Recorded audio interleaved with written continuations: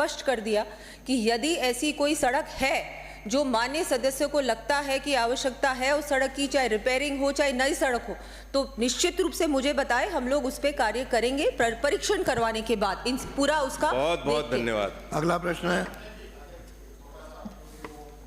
पूछिए। माननीय मुख्यमंत्री जी ने अपने जो एप्रोप्रिएशन बिल पे कहा था कि विधायक जो हैं वो अपने प्रस्ताव देंगे, उसके आधार पर हम स्वीकृत करेंगे। तो आप चाहे कमेटी करें, पर वो कमेटी विधायकों से प्रस्ताव ले, ये तो इंश्योर करें आप, जब मुख्यमंत्री जी ने कह दिया। माननीय अध्यक्ष जी, हमारे नेता प्रतिपक्ष जी को बताना चाहूंगी, मैं तीसरी बार एक ही बात रिपीट कर रही हूँ कि अगर यदि ऐसी कोई सड़क है तो आप कमेटी को भी भेज दीजिए और मुझे भी आप व्यक्तिगत रूप से मिलें, तो बिल्कुल उस पे उसका पूरा इंस्पेक्शन करवाने के बाद कि अगर सच्ची में लगता है कि ऐसी सड़क है तो उसको बिल्कुल उसको टेकअप करेंगे। इसमें एक क्लैरिटी की आवश्यकता है। कमेटी किसी के भी कहने से सड़क दे सकती है, जनप्रतिनिधि भी, एमएलए भी, आम पब्लिक भी। एक नंबर बात ये हो रही है, आप अपने क्वेश्चन के जवाब में जो आश्वासन दे रही है वो आप डायरेक्ट दे सकते हैं, वो एक माननीय सदस्य की बात होगी।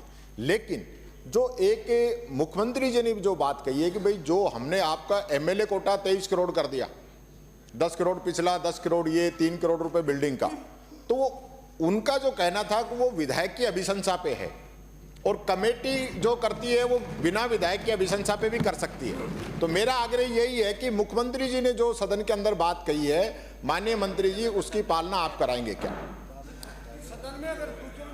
मैं जब आपको बहुत आश्वासन क्लियरली दे ही रही हूँ कि जैसा मुख्यमंत्री जी ने भी बजट रिप्लाई में कहा कि अगर विधायक की अनुशंसा पे हम लोग काम करेंगे, और ये उनकी भी ऐसा नहीं है कि ये जो कमेटी है ये सभी की अनुशंसा लेगी, जाके वास्तविक स्थिति भी देखेगी, उसकी जांच भी करेगी। उसके बाद जो भी प्रपोजल्स आएंगे वो प्राथमिकता से हम लोग देखेंगे कौन सी पहले लेनी है कौन सी बाद में, लेकिन डेफिनेटली वो सारी सड़कें रिपेयर करनी है ना।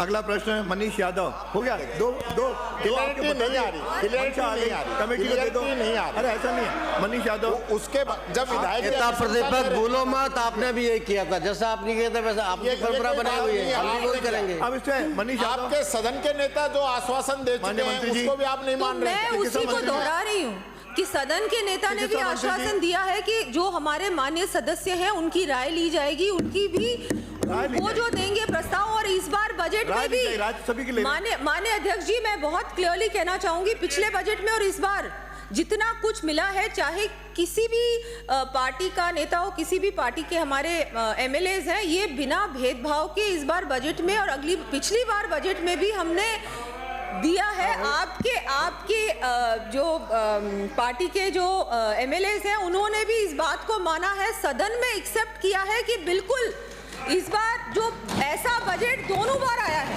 जो इससे पहले कभी नहीं आया, और जो पिछली सरकार में हुआ है वो हम होने नहीं देंगे, क्योंकि उस समय भी पता है यही कमेटी, ऐसी ही कमेटी बनी थी, किसी भी हमारे एमएलएज को नहीं पूछा गया था उस समय। मनीष यादव, माननीय मंत्री जी। प्रश्न संख्या 447